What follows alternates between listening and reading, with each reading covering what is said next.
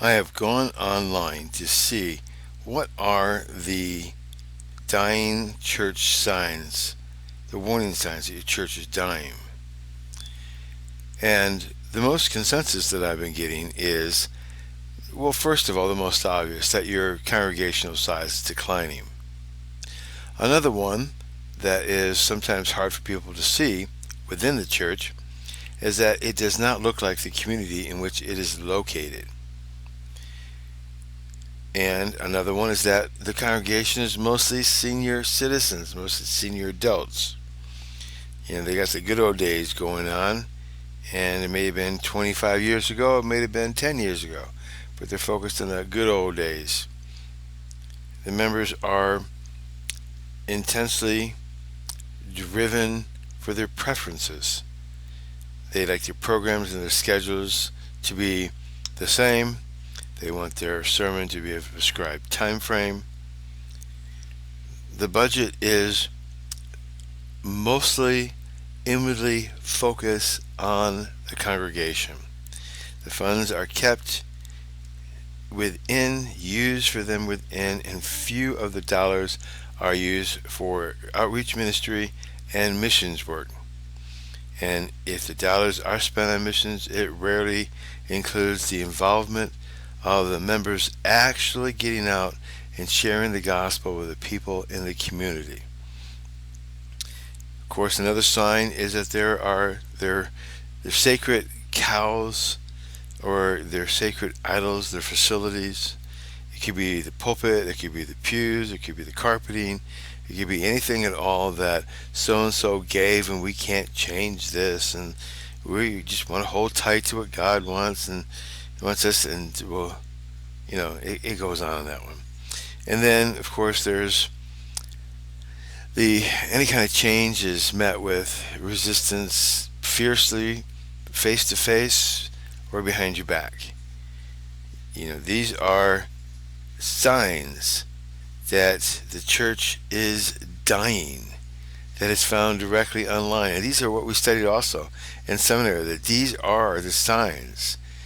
And this is exactly what I have seen in the churches I have seen declining in the last 10 years that I have visited. And that is the numerical decline. The church does not look like the community outside of them. Don't even go out and witness even the next door neighbor, the nearest neighbor to the church. The congregation is mostly made up of senior citizens. They're focused on their past and not on their future, on the outreach. And they have all their purposes, their preferences that they just love and don't want them changed. And their budget is for them, not for anyone else. And of course, you always hear the sayings, well, so-and-so gave this and so-and-so did this to the church and you can't change this and their name's on that plaque, this pew. And any kind of change is met with fierce resistance. In the church I'm at, it took 8 years for the minister to convince the people to put in the elevator that was recommended by the thousands of dollars they spent on finding out how to stop this church from dying. 8 years. And they finally agreed by majority vote.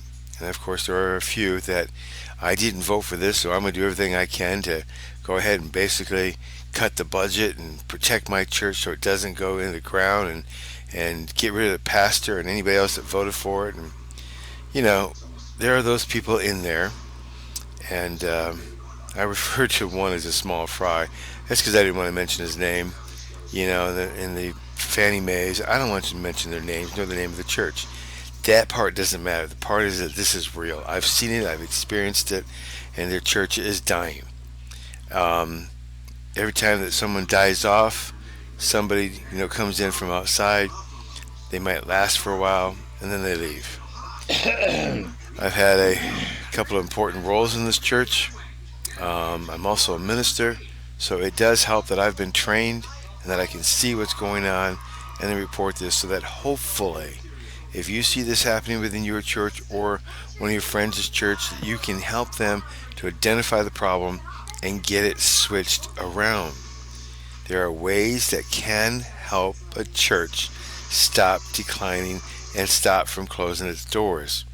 But you have to identify the problem first. With that being said, everything I'm telling you, excuse me, is the truth. I'm not doing this to be vindictive, be mean. I'm trying to help prevent what's going on. May God richly bless you and hopefully help you turn your church into a church that is relevant and vibrant and growing and meet the needs of the community round about you. God bless.